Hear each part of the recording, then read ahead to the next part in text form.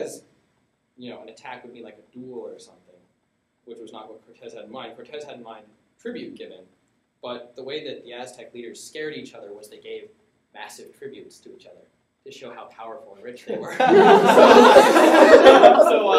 So Cortez sees Montezuma bring out all this stuff, and he's like, "Oh, this guy's scared of me. This guy's running scared. He thinks I'm a god or something." And Quetzalcoatl's like, he's like, and Montezuma's just like, "Oh, of course, you're Quetzalcoatl, the great god who's here to support me. Here is tribute." And so Cortez took this as Montezuma is becoming my vassal, and Montezuma is taking this as, "Yeah, we got him running scared now." So you guys probably know more or less. You just watch El Dorado. That tells you exactly what happened. Including the song. No, I mean, basically what happened was eventually people got fed up with Montezuma and chased Cortez out of the city, like in El Dorado. And then Cortez, snuck back in, stole a bunch of stuff. Montezuma got killed somewhere in the mix. It's not really clear, at the point that Cortez snuck back into the city, it's really not clear who killed who, because everyone hated Montezuma at that point. Cortez hated him because people were trying to kill him. The people in the city hated him because they brought Cortez and thought he was a god. The priests hated him because the priests really hated Montezuma because he was the king, and they always hate the king because the church and the state are always in conflict. At least in these Aztec civilizations. And so that was really, they call it La Noche Triste, and basically it was this weird sort of half stealing possessions, half getting your ass kicked, where Cortez and all his men would basically stole all the tribute they could from the city, and they were being chased out by the Aztec warriors who were shooting them with arrows and hitting them with clubs, and they refused to drop all of their loot. So half of them drowned in a swamp, and it was really bad. It was truly a sad night. And so, I mean, one thing you have to know about Aztec arrows is that they aren't meant to kill you, because the Aztec don't like killing people on the battlefield. This was one of their major drawbacks in a war against the Western culture. They very much liked killing people on the battlefield. But what their arrows did was they weaken you. You get hit by the arrow and you're like, "Fuck, that really hurt," and then you're bleeding and you're like, "Well, I'm tired now." And then they come and hit you with a club. But against muskets, shooting them and making them be like, "I'm really tired," doesn't really do much to the accuracy of their muskets. In fact, it makes them angrier. So I mean, what happened basically was Cortez left, got a bunch of help from these guys, Tlaxcala, cannibals, who was like, "Oh, they're cannibals, but we both hate the Aztecs, so let's go destroy Tenochtitlan," which is essentially what he did. He brought his army of cannibals and his army of people carrying gold, and they all ran on the battlefield and got shot a bunch by arrows, and they're like, "Ow, that really hurts," but it didn't kill them. And then the Aztecs came with clubs, and they're like, "We have guns," and that was sort of the end of that battle. But the problem was attacking a fortified city, even when you have guns, is a really bad idea. And if you know anything about Mexican geography of Mexico City, so, right, this is the city, and by this is the city, I mean, that's the city and this is a lake. So, what Cortez did was he took this entire encampment and built ships and pounded the crap out of every single building with cannon shells before he invaded the city. It was almost a year-long siege, I believe, until 1821, when he finally conquered Tenochtitlan. Or 1821. Or, sorry, 1521. 1521. And, I mean, there's these diaries from Cortez, bemoaning, he envisioned himself as, ruling this city like a god, like he'd originally sort of been promised by Montezuma. And so there's these passages lamenting the fact that the horses wouldn't fit between the buildings was the main problem. So he literally had to, push widen every street so he could get his horses in.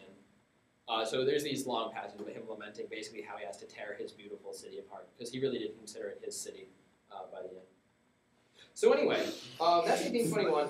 Yeah, by 1832, there's this rush by Spaniards into Mexico because of the economy and the system, and basically it just brought a lot of people in. This is sort of why it's important. You always hear about the economy, and that doesn't mean the economy. It's actually la economía, which is very different than the economy. It's this civic system, and so that brought lots and lots and lots of Spaniards into Spain. or into. I'm misspeaking all over the place here. This is gonna be a terrible video. Don't worry about it. So I mean, that took about 10 years, and then in 1532, Pizarro is like, you know, there's all this other stuff down here.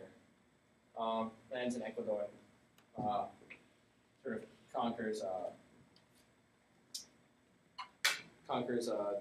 the Incas, and well, I'll get to that in a sec.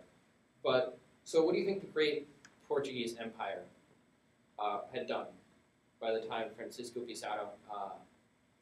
Anyone? Wild guess. What wondrous treasures had been uncovered in Brazil? Tree. More wood? More wood? Not much more. Oh wait, is it gonna What do you think? sugar? Any ideas? Come on, I want to hear like visions of gold. Aren't we all, you know, Spanish Visions at of heart? gold. Yeah, visions of gold. They found visions of gold, like pictures of gold everywhere. What do you think? I was gonna say the Fountain of Youth, although The Fountain of Youth. Yeah. I was gonna get sugar, but like maybe they Well, were like maybe they would claim that they found it. I mean, the Fountain of Youth was supposed to think be that's like later here. I thought it was supposed to be in Florida. Really? That's I what I thought it was. supposed to be Ponce de like Leon deep in the Well, he was Amazon looking Yeah, at Ponce de Florida. Leon went to Ponce de Florida. Leon See, I was going to say Oh, It's not that okay. Ponce de Leon Yeah, really yeah, knew what yeah. he was doing. They thought He they found thought that that there were old age was in Florida. They Like, thought that hundreds there of were- 100 years they thought later. that there were massive Mayan cities deep in the Amazon, and there might have been. It's not entirely clear, but I doubt it because most of the Indians in this area lived in giant sort of sweat lodges that you didn't like. There wasn't like a sense of cities.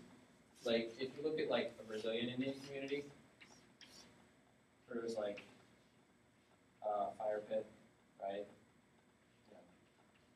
Animal skulls and feathers for kids or something. Big lodge where everyone sleeps, and then like stockpiles of food. So like, not like Tenochtitlan where there's like individual dwellings for like the different royalty and stuff who live in the city. A very feudal system. So they didn't really find much. You guys were right. They found more wood. They also found the French. The French had taken an Father interest in smells like Brazil. elderberries. And there were a lot of calls in Portugal to just be like, screw this Brazil place, there's nothing there.